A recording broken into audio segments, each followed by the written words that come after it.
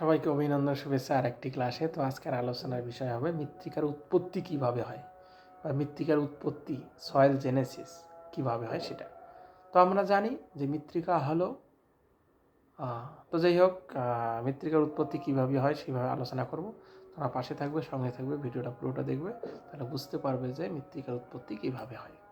তো আমরা জানি মৃত্তিকা হলো এমন এক ধরনের প্রাকৃতিক বস্তু যা মূল শিলা, জীবমণ্ডল, জলবায়ু, ভূমিরূপ প্রভৃতি নিয়ন্ত্রণগুলোর দীর্ঘকালীন ক্রিয়া প্রতিক্রিয়ার ফলে সৃষ্টি হয়। তাহলে একটা অন্যতম প্রাকৃতিক সম্পদ হচ্ছে এই এই মৃত্তিকা। মনে রাখবে, একটা দীর্ঘকালীন ক্রিয়া প্রতিক্রিয়ার ফলে সৃষ্টি একটা প্রাকৃতিক সম্পদ হচ্ছে এই মৃত্তিকা। এর বিভিন্ন ধরনের বৈশিষ্ট্য আছে, আমরা আলোচনা করেছি। এবং এই মৃত্তিকার উৎপত্তি বিভিন্নভাবে হয়ে থাকে, বিভিন্ন প্রাকৃতিক প্রক্রিয়ায় এই মৃত্তিকার উৎপত্তি হয়ে থাকে। আমরা জানি যে ভূত্বকের উপরের স্তরে হচ্ছে মৃত্তিকা, আর ভূত্বকের উপরিভাগে অর্থাৎ আমরা যে দেখি যে ভূপৃষ্ঠে আমরা যে মৃত্তিকা স্তর দেখি তা প্রকৃতপক্ষে বায়ুমণ্ডল, বেরিমণ্ডল, শিলামণ্ডল, জীবমণ্ডলের সম্মিলিত ক্রিয়ার একটা ফল।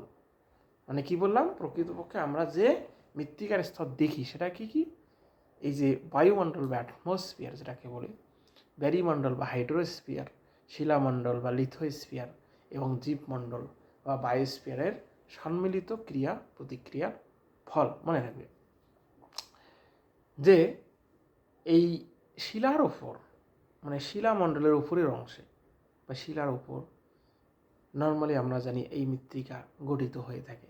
হ্যাঁ, এই শিলার ওপরে যে মৃত্তিকা গঠিত হয় তাকে আমরা কি বলি, জনক শিলা বা প্যারেন্ট রক্স। মনে রাখবে, এটা বিভিন্ন এক্সামে আসে, প্যারেন্ট রক্স। তাহলে প্যারেন্ট রক্স কি, যে শিলার ওপরে এই মৃত্তিকা গঠিত হয় তাকে বলা হয় জনক শিলা। এটি আদি শিলা বা মূল শিলা নামে পরিচিত। এই জনক শিলা থেকে একটি পরিণত মৃত্তিকা সৃষ্টি হতে কয়েকশো থেকে কয়েক হাজার বছর সময় লেগে থাকে। হ্যাঁ, তাই এই জনক শিলা থেকে সম্পূর্ণ মাটি সৃষ্টির প্রক্রিয়াকে আমরা দুটো ভাগে ভাগ করতে পারি, প্রথম পর্যায় আর দ্বিতীয় পর্যায়। প্রথম পর্যায়টা কি, যে জনক শিলায় বা জনক শিলার আবহবিকার ও বিচ্ছিন্ন ভবন। আমরা জানি বিচ্ছিন্ন ভবন বা আবহবিকার এর আগে আলোচনা করেছি, যে প্রথমে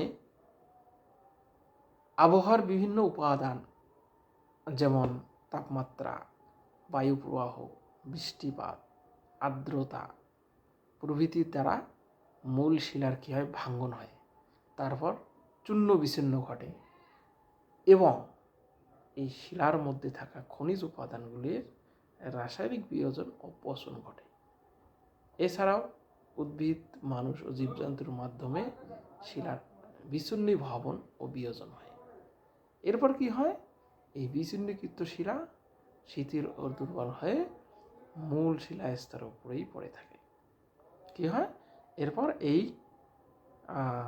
বিচ্ছিন্নকৃত শিলা শিথিল বা দুর্বল হয়ে মূল শিলা স্তরের উপরেই পড়ে থাকে এবং ভূত্বকের উপরে থাকা শিলা স্তরটি এইভাবে আবহবিকারের মাধ্যমে চূর্ণ বিচ্ছিন্ন হয়ে উপরে পড়ে থাকে এবং মৃত্তিকার সৃষ্টি হয়ে থাকে।